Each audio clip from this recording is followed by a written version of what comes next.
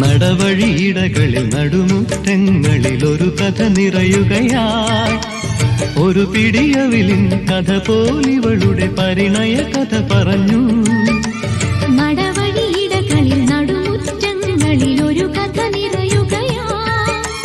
ഒരു പിടിയവിലിൻ കഥ പോലിവളുടെ പരിണയ കഥ പറഞ്ഞു. പറയാതറിഞ്ഞവർ പരിഭവം പറഞ്ഞു. ഓ കറുകവയൽ കുരുവി, മുറിവാലൻ കുരുവി, കതിരാടും വയലിൻ ചെറുകാവൽക്കാരി.